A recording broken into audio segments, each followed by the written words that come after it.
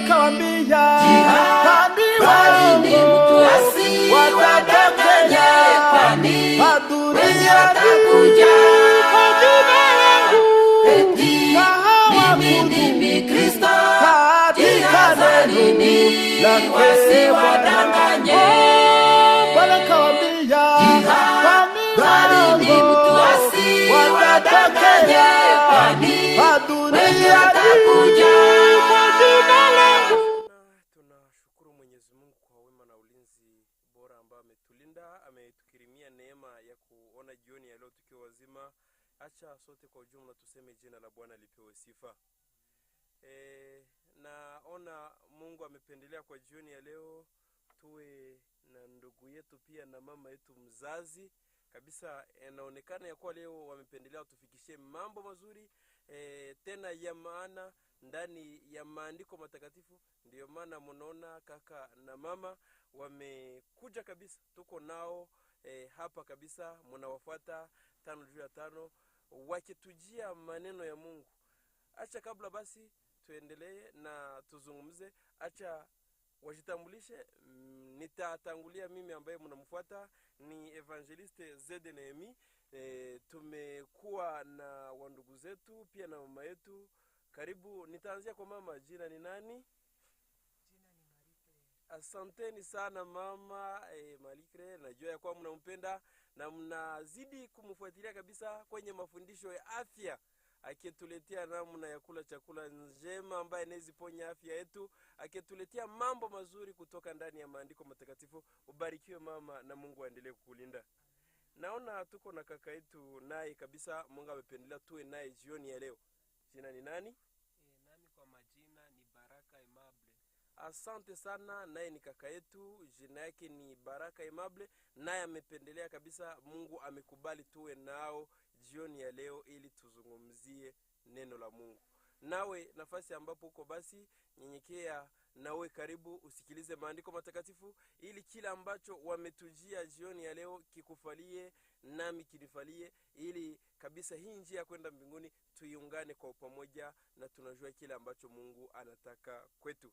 Basi kwa sababu ni maneno ya Mungu ndiyo ambayo tutazungumza, acha tumwalike mama kabisa awe karibu, atuweke kwa ombi, atutangulize mbele ya Mungu ili tunapozungumza mambo ya Mungu, Roho Mtakatifu atushiriki na atuoneshe yaliyo mema, ndiyo tuyatembelee. Karibu. Tunakushukuru Baba yetu Mungu liye juu mbinguni. Asante kwa ulinzi na uchungaji wako bora. Asante kwa sababu umetukubalia kuonekana mbele zako tukiwa hai. Tunasema jina lako kubwa lipewe sifa. Amen. Tunatanguliza wingi wa dhambi na makosa, utusamehe. Na tunakuhitaji tangu mwanzo mpaka mwisho. Tujaze na nguvu yako ya Roho Mtakatifu. Tubariki pamoja na watazamaji wetu, ni katika jina la Yesu tunaomba na kuamini. Amina. Asante sana mama. Amemaliza tuweka mikononi mwa Mungu, na wazi ya kuwa nawe ambaye kabisa unatufuata, acha Mungu akubariki, na tuingie hasa ndani ya mada yetu ya leo, kwa sababu mnapoona tunakuja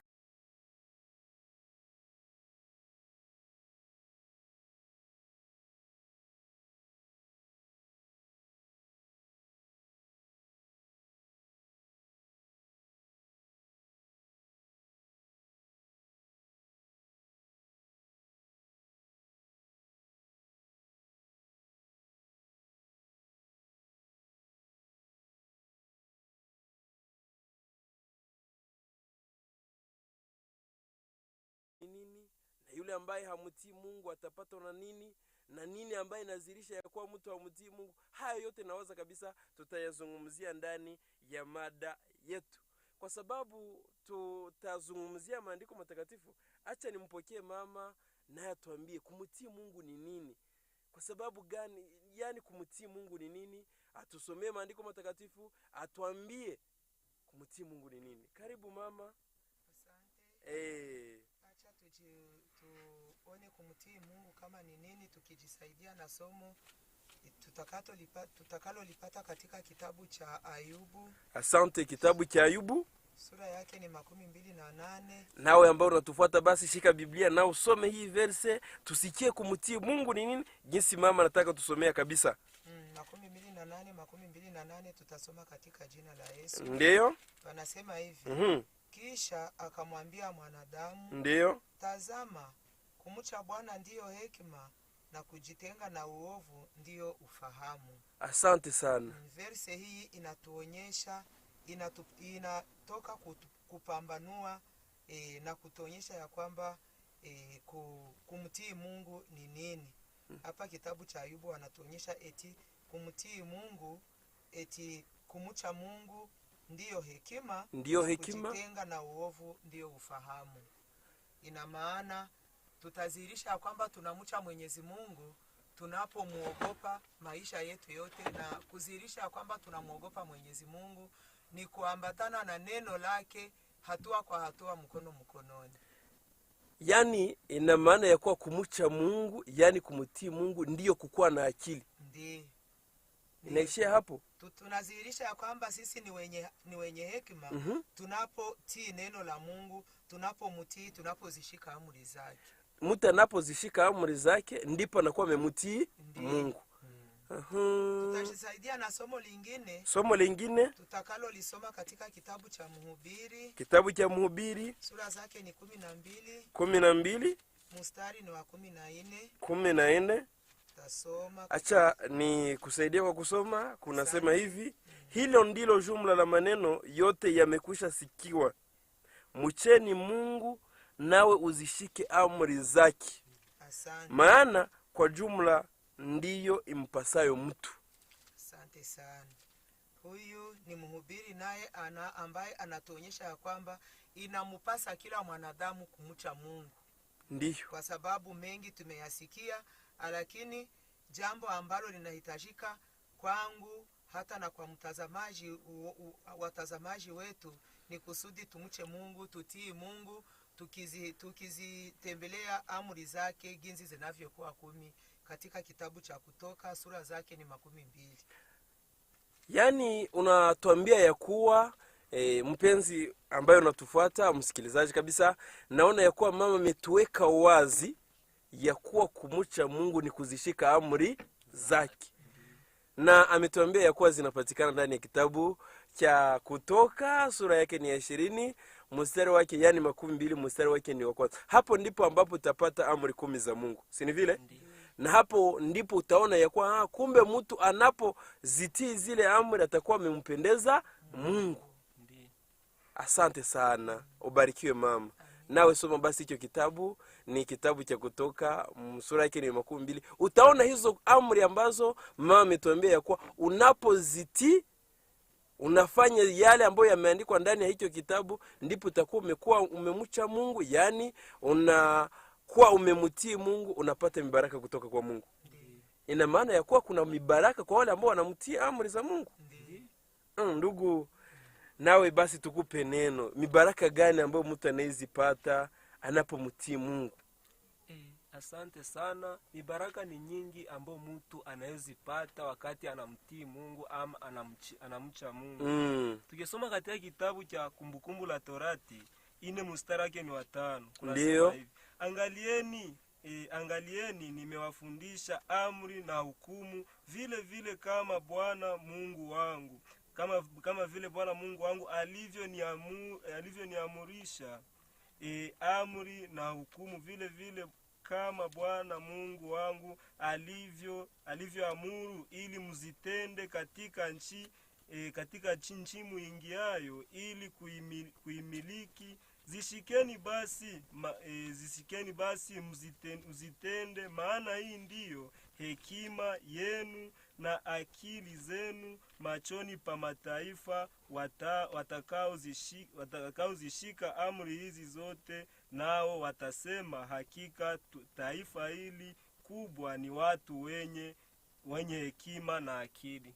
Hapa Mungu aliwaamuru akisema kwamba zishikeni amri zangu. Kwa kuwa unaposhika amri mna mibaraka. Ya kwanza, mtakuwa wenye hekima, wenye busara, na mataifa ambao watawaona nao watamcha Mungu, kwa kuwa wanaona ya kuwa ninyi ni wenye haki na wenye kumcha Mungu. Asante sana ndugu mpenzi, naona kabisa unatuletea mambo mazuri. Yaani kumcha Mungu kuna mibaraka kweli.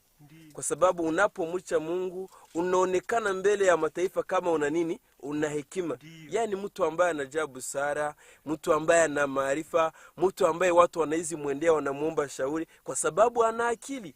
Ana kile ambacho anaweza wapatia watu. Ni hizo mibaraka tu? Hapana. Kukuwa na akili basi. Kuna nyingine mibaraka pia wakati unamtii Mungu na wakati unamcha Mungu. Katika kitabu cha Samueli wa kwanza, Samueli wa kwanza 15 mstari wake ni wa 12. Kunasema hivi: naye Samueli akasema, je, Bwana huzipenda sadaka za kuteketezwa na dhabihu sawasawa na kutii sauti ya Bwana? Angalieni, kutii ni bora kuliko dhabihu, na kusikia kuliko mafuta ya beberu. Kwani kuasi ni kama dhambi ya uchawi,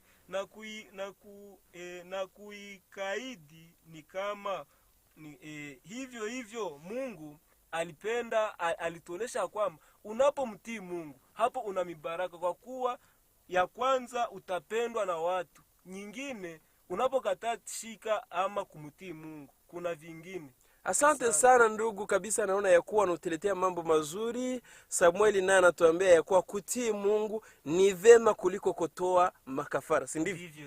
Ina maana ya kuwa unaweza toa sadaka, unaweza fanya matendo ambayo ni mazuri, lakini unapoasi amri za Mungu, yani hautii amri za Mungu, unakuwa umepata kihombo. Hizo dhabihu zako zinakuwa bure, hizo sadaka zako zinakuwa bure. Ndio maana Samueli ametuambia ya kuwa tazama, kumtii Mungu ni bora kuliko kutoa nini?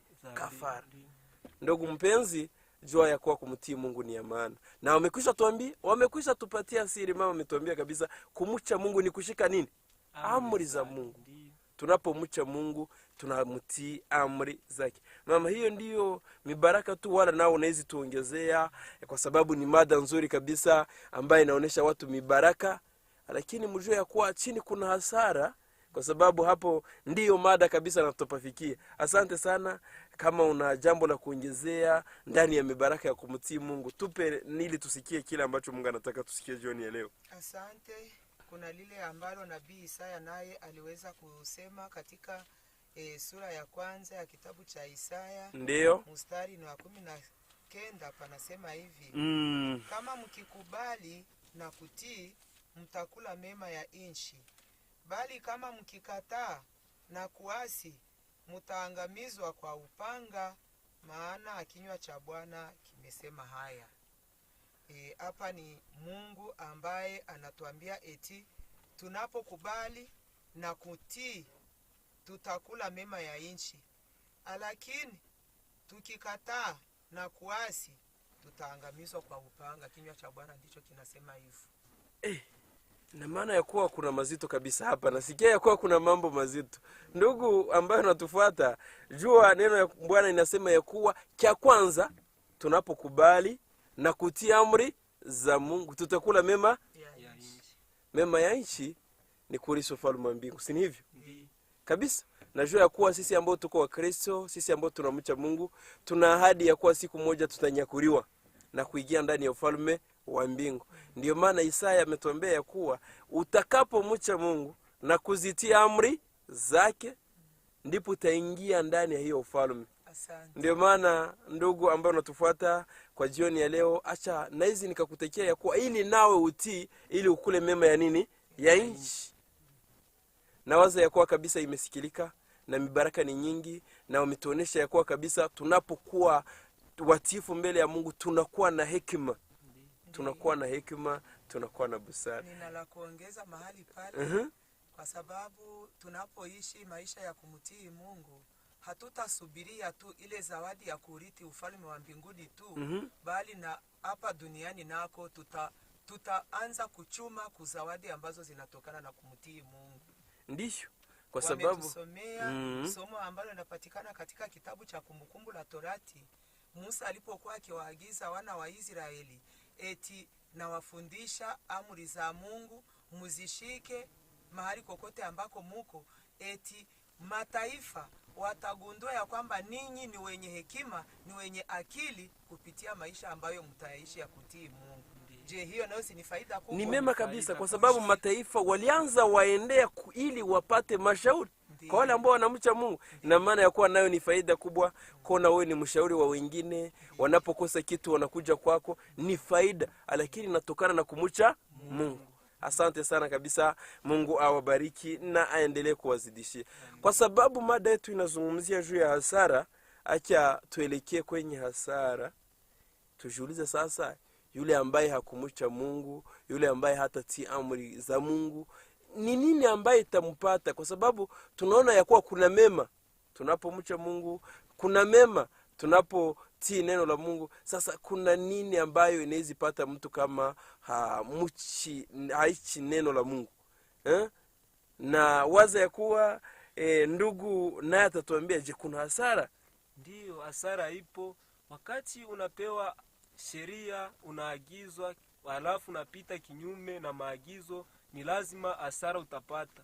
Hata tukisoma katika kitabu cha Mwanzo 2 mstari wake ni wa 16, inaonesha jinsi Mungu alikuwa anaamuru mababu zetu, yani Adamu na Hawa. Kunasema hivi, Bwana Mungu akawaagiza huyo mtu, akasema, matunda ya kila mti wa bustani waweza kula, lakini matunda ya mti wa ujuzi wa mema na mabaya usile, kwa kuwa maana siku utakapokula matunda ya mti huo utakufa hakika. Hapa walikuwa wamepewa agizo, yani amri, wasile. Tukiendelea kusoma katika ile kitabu ya Mwanzo 3 mstari wake ni wa 6, kunasema hivi, mwanamke alipoona ya kuwa ule mti wafaa kwa chakula, wapendeza macho, nao ni mti wa kutamanika kwa maarifa, basi alitoa katika matunda yake akala, akampa na mumeo naye akala. Hapo mwanzo alituonesha kwamba walipewa agizo. Chini wanatuonesha kwamba tena walivuka amri, yani waliasi sheria, wakifanya nini? Wakala tunda. Nisipokukata kauli, ina maana ya kuwa Mungu aliwapa amri, ndiyo, lakini nyuma ya kuwapa amri hawakuitii. Sasa nini ambaye imewapata walipokuwa hawakutii amri ya Mungu? Endelea ukituelezea kabisa. Walipokataa amri ya Mungu, walipatwa na hasara. Hasara ya kwanza ambao walipata, walifukuzwa ndani ya bustani. Mama, kabisa, acha tuendelee tukisaidiana. Tuambie mama, hawa wazazi wetu wa kwanza ambao ni Adam na Hawa, ni wazazi wetu wa kwanza kabisa. Na ndio ambao kila mwanadamu ambaye anakuwa na damu, yule ambaye anajua kuwa ameumbwa na Mungu, kizazi chake, nafasi ambapo imetokea ni kwa Adamu na Hawa. Sasa nini ambaye liwapata walipokuwa wamekataa kutii amri ya Mungu? Kwa sababu ndugu ametuonesha kuwa Mungu aliwapatia amri, lakini inaonekana ya kuwa hawakuitii. Nini ambaye imewapata? Tusomee na utuambie na utuelekeze. Asante. Tutajisaidia na somo tutakalo likuta katika kitabu cha Mwanzo, sura zake ni 3, ndiyo, mstari wa 12 mpaka 17. Asante. Tasoma katika jina la Yesu. Ndiyo.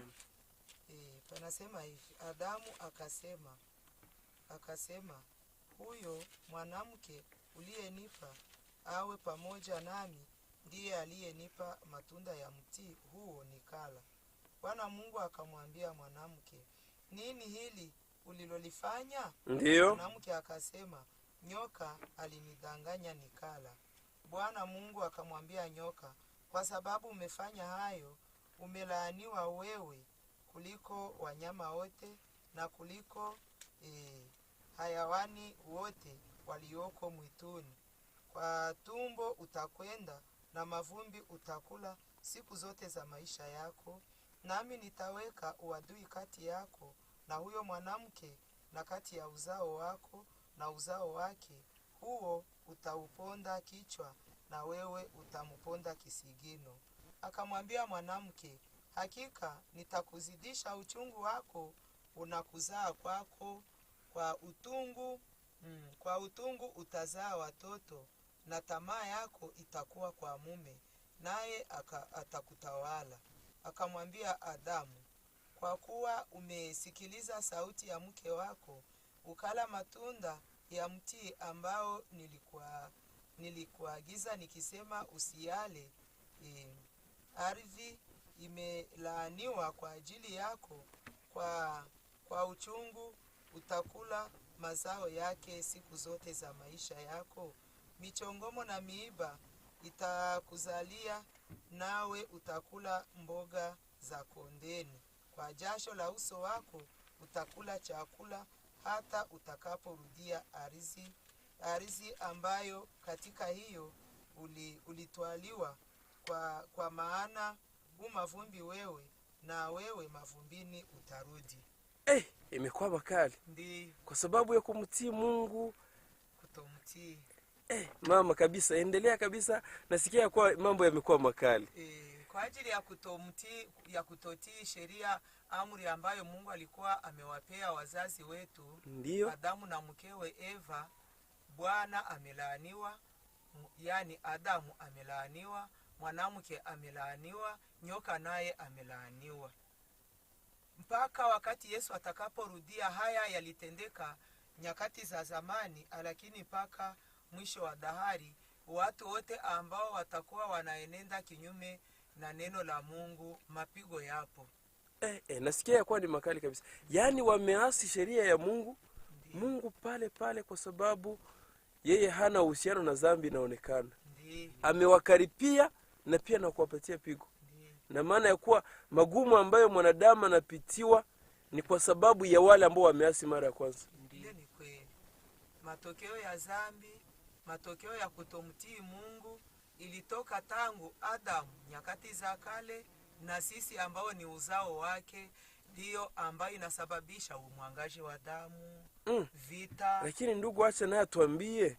Umetuambia kwa kuna kwa umwangaji wa damu. Je, yalitokea lipi wakati, kwa sababu Mungu alipomuumba mwanadamu, ni wakati gani walipoanza ona ile hasara kwenye Mungu aliwaambia hakika na kukufa mtafanya nini? Mtakufa. Ilizirika wapi?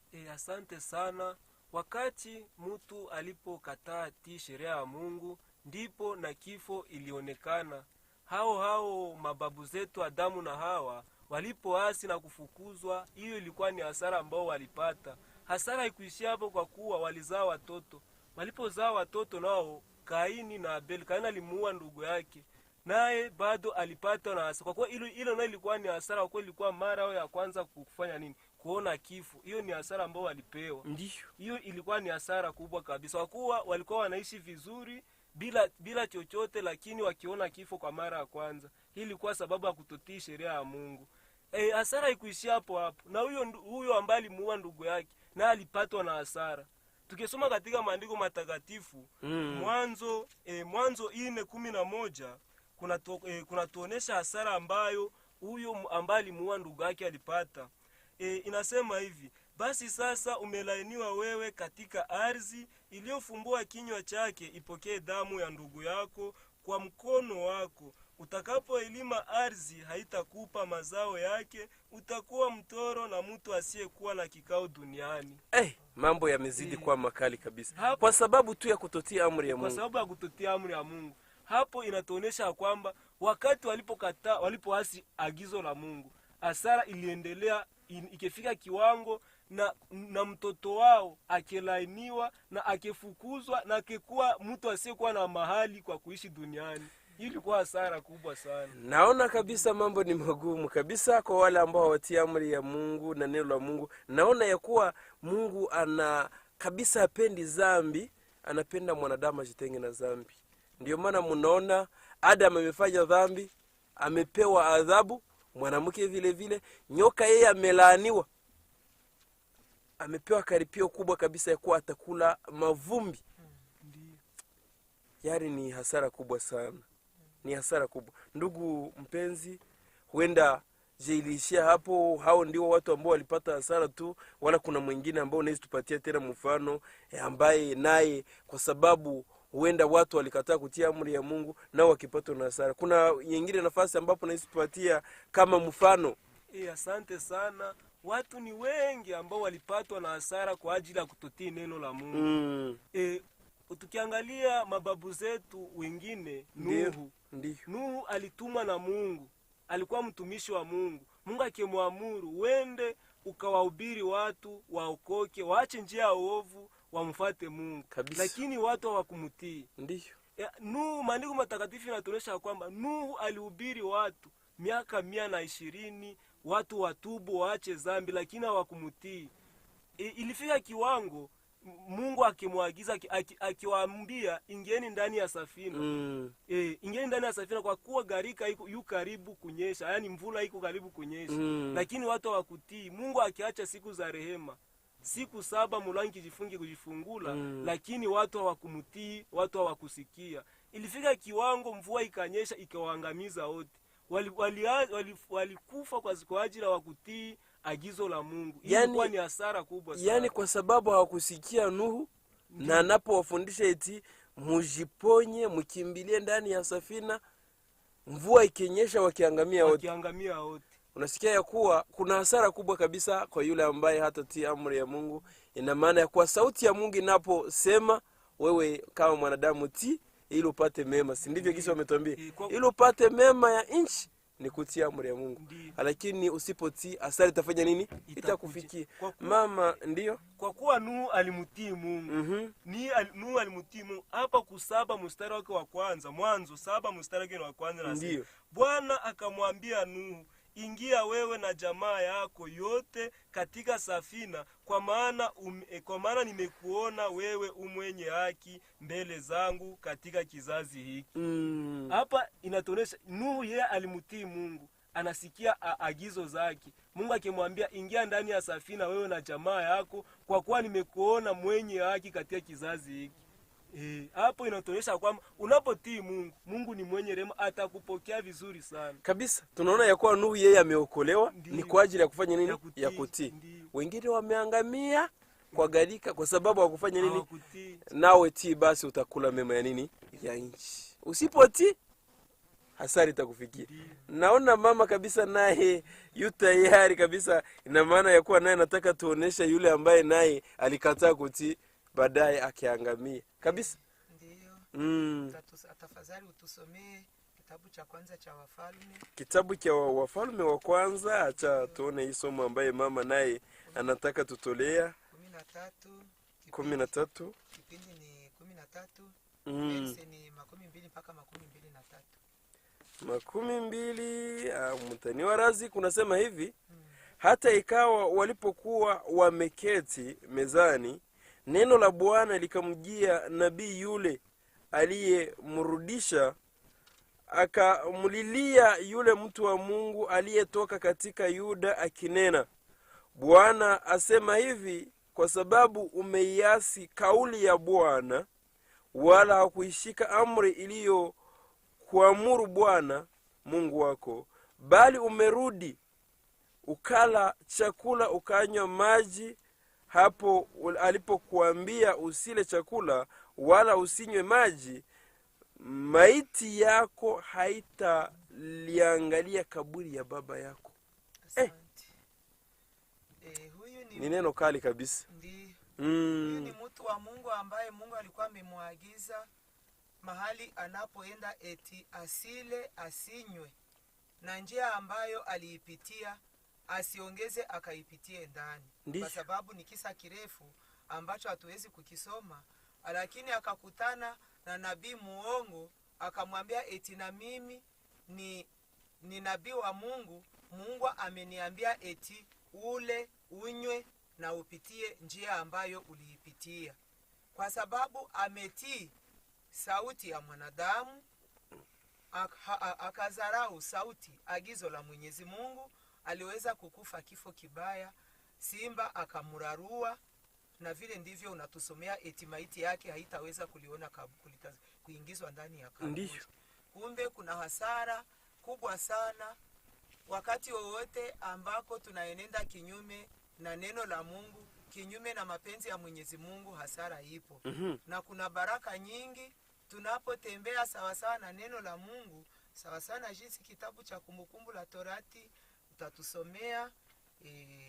Kumbukumbu la Torati sura yake. Lakini acha tumalizie hii verse kwa sababu wenda tusikie jinsi kile ambacho kilimpata. Ndiyo. Kwa sababu nawaza ya kuwa ni nabii wa Mungu alitoka ndani ya Yuda akienda Betheli. Ndiyo.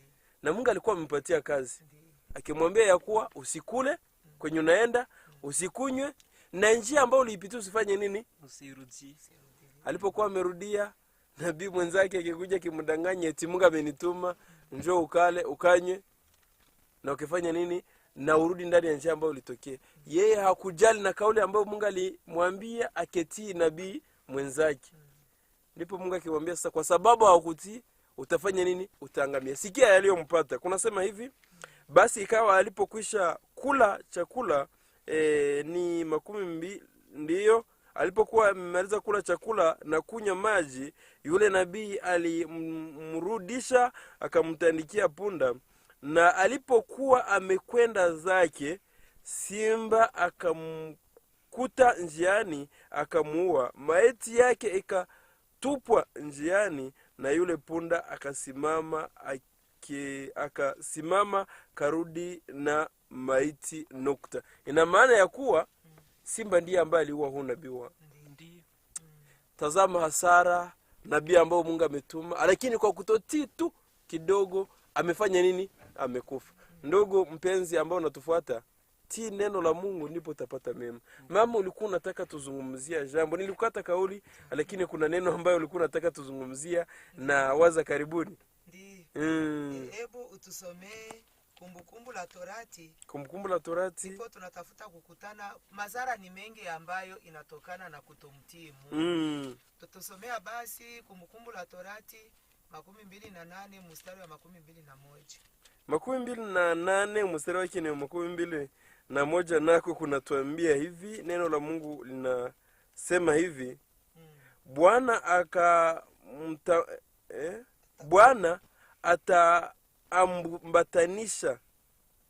atakuambatanisha na tauni hata atakapokwisha kukuondoa katika nchi uingiayo kwa kuimiliki.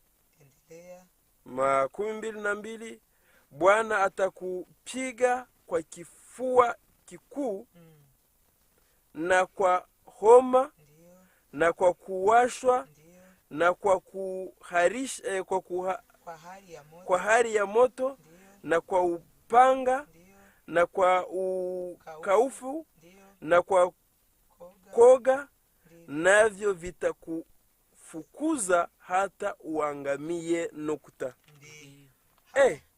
Hii nayo ni hasara ya kutotii Mungu.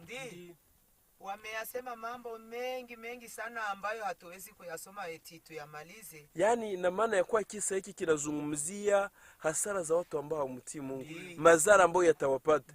Endelea mama. Wameyasema mengi juu ya hawa watu ambao hawamtii Mungu, eti watalima maadui wao wavune. Watakuwa wanafianse wasichana maadui wao ndio wao wafianse wao. Ndio maana mnaona viombo vinatupata ndani ya maisha kwa sababu ya kumtumutini. Kwa sababu mtu anapolima mwingine ndiye ambaye anafanya. Ina maana umefanya kazi, unachoka, lakini wengine wanakula matunda ya kazi yako. Kwa sababu ina maana ya kuwa kuna uenda chanzo ni kwa sababu umtii nini? Atuombe Mungu atusamee sana. Tuweze kushika amri ya Mungu. Endelea. Sasa hapa wanatuonyesha jinsi na magonjwa makali yatatupata tunapoendelea kufanya shingo ngumu bila kumtii Mungu. Ni pale ambako unatoka kutusomea. Na maana ya kuwa nasi tusipomtii Mungu magonjwa nayo yatatufikia. Ndiyo. Ndugu mpenzi, acha nikwambie ya kuwa kumtii Mungu ndiyo suluhu ya shida ambazo tunazo. Mama alikuwa anatuambia ya kuwa kabisa hadi magonjwa ambayo tunaigonjwa ni kwa sababu hatumtii Mungu. Na kuna ahadi ambayo tutaisoma tena katika kitabu cha Kutoka. Sura zake ni 23 mstari wa 25, panasema hivi. Ndiyo. Nanyi mtamtumikia Bwana Mungu wenu, naye atakibariki chakula chako na maji yako. Nami nitakuondolea magonjwa kati yako. Unapomtii Mungu anakuondolea nini? Magonjwa. Unapokosa kumtii Mungu unapatwa na nini? Na magonjwa. Ndugu mpenzi, huenda na unaweza kumegonjwa na chanzo ni kutomtii Mungu. kabisa, kwa sababu mama ametusomea verse ambayo inatuonesha ya kuwa hadi na magonjwa ambayo tunaipata, magonjwa ambayo tunaigonjwa, kuna yale ambayo chanzo ni kutomutii nini Mungu. Basi njia tu naona ya kuwa ni kumtii Mungu ili tupate amani. Ndugu, nao na hasara ambayo unaizitambia kwetu nasi kama tusipomtii Mungu, nini ambayo itatupata? Hasara ipo. Wakati haumsikilize Mungu ama kumtii Mungu, muna hasara.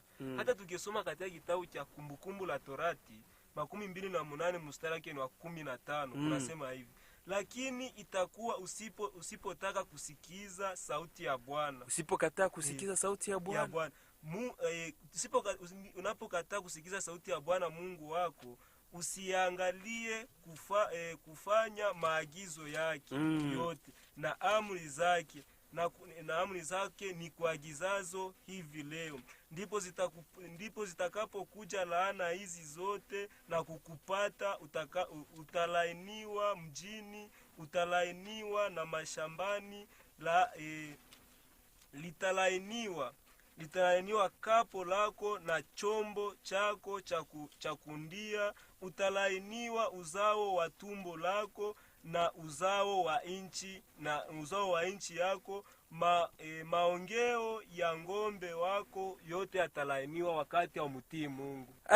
Nasikia ya kuwa mambo ni makali kabisa. Kutomtii Mungu kuna masara kubwa. Ndio. Kubwa kabisa. Ndio maana wewe ambao unatufuata wametuambia ya kuwa kumtii Mungu ndio nini? Hekima. Na kutoka ndani ya dhambi ndio kuwa na nini? Na busara. Hasa mama kabisa umetuonesha ya kuwa, acha nikupatie basi utuambie kuna magonjwa kweli ambayo inaweza tokana na kutomtii Mungu. Asante. Ndio. Neno la Mungu limekwisha kuvisema.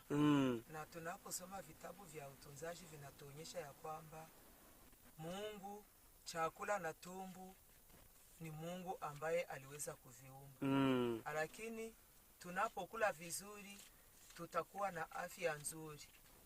Tunapokula kinyume na mapenzi ya Mwenyezi Mungu, kwa sababu katika waraka wa kwanza wa Korinto sura zake ni 10, shairi au verse ni ya 31, kuna neno linalosema eti kila mulapo au kila munywapo au mtendapo, basi mulapo au munywapo au mtendalo neno lolote, fanyeni yote kwa kumtukuza Mungu. Ndio.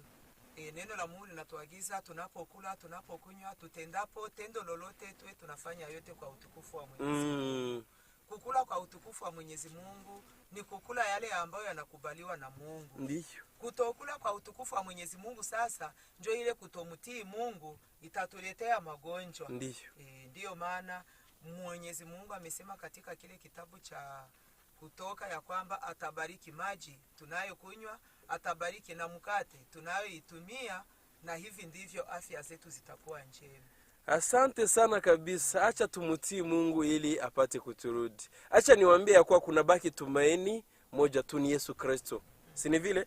Ambaye kabisa amekuja ni kwa ajili ya dhambi zako. Ijapokuwa uenda unaweza kumaliza muda mrefu au mtii Mungu, lakini tumaini ipo. Si ndivyo? Acha basi ndugu kaka naye atupe verse moja tu ambaye itatupa tumaini kwa wale ambao huenda hawakumtii Mungu. Tuambie ya kuwa hamjafika mwisho, hamjafika nafasi ambapo mtaangamia, bali mjiunge na Kristo ili mpate amani. Kunasema nini? Ili na tuunganishe na Mungu, basi atuoneshe kwa huenda kungali rehema namna mtu anaweza jiunga na Mungu ili apate amani. Asante sana. Kuna watu wengi ambao bado wako ndani ya dhambi, lakini rehema zipo unapomrudilia Mungu. Ndio. Kwa kuwa unapomrudilia Mungu na moyo safi na moyo wa hekima, Mungu atakupokea kabisa. Tukisoma katika kitabu cha Isaya 1 mstari wake ni wa 18, kunasema hivi: haya njoni tusemezane, asema Bwana, dhambi zenu zijapokuwa nyekundu sana zitakuwa nyeupe kama theluji, zijapokuwa nyekundu kama bendera zitakuwa kama sufu, asema Bwana. Amen. Hapa inatuonyesha kwamba hata ukuu ulitenda dhambi, ukimrudilia Mungu aseme dhambi zako zote atazisafisha. Kumbe inatupasa tumrudilie Mungu, kwa kuwa Mungu ni mwenye rehema, atatusafisha dhambi zetu, lakini tukemujia kwa moyo wa kutubu dhambi na kubeba msalaba wetu wote. Mungu atatusamehe. Asante sana ya kuwa ndugu mpenzi ambayo ulitufuata kabisa. Ilikuwa ni kipindi kizuri cha kutuonesha hasara ya nini, ya kutomtii Mungu. Ina maana ya kuwa tusipomtii Mungu tutapata na hasara mingi, lakini wametuambia kwa Isaya ametuambia kuwa tumurudi Mungu ili tupate nini, amani. Ayubu naye 22 mstari wake ni 21 kumetuambia ya kuwa tujiunge na Mungu ili tupate nini, amani. Tunapomrudi Mungu tunaacha uzalimu, tunaacha dhambi, tunajitenga na dhambi na kile ambacho kinafanana na dhambi. Mungu ataturudi na atutulisha mema ya nchi, kwa sababu kinywa cha Mungu ndicho ambacho kinafanya nini, acha niseme asante kwa mama, na pia huenda una neno la kusema, kwa sababu naona ya kuwa tunafika kwenye ukomo kabisa wa kipindi chetu kizuri ambacho kilikuwa natuzungumzia hasara ya kutomutii Mungu. Ndio maana nasema ya kuwa asante kwa yule ambaye ametufuata. Mubarikiwe sana. Acha tujiunge na Mungu kwa jioni ya leo ili tupate amani. Tuombe Mungu ili atuwezeshe, ili tutakapojiunga naye hatutapata hizi hasara zote ambazo kaka na mama yetu kabisa wamemaliza tuonesha, ili tutakapojiunga na Mungu tupate amani. Tuombeane hivyo ni kupitia jina la Yesu Kristo. Amen. Basi kwa sababu ilikuwa ni kipindi kizuri, acha tukomeshe kwa kuomba. Tutanyenyekea kwa ajili ya kuomba. Asanteni Baba mtakatifu kwa wema na ulinzi bora ambayo umetulinda, umetuneemisha kufika muda kama na jina lako lipewe sifa. Amen. Tumeona hasara za kutokutii. Acha utupatie nguvu za kukutii. Nafasi ambapo tumeenenda vibaya utupatie kutuvuvia Roho Mtakatifu ila tuuishe, ili tutakapojisawanisha na neno lako tunakutii. Tale asante jina lako.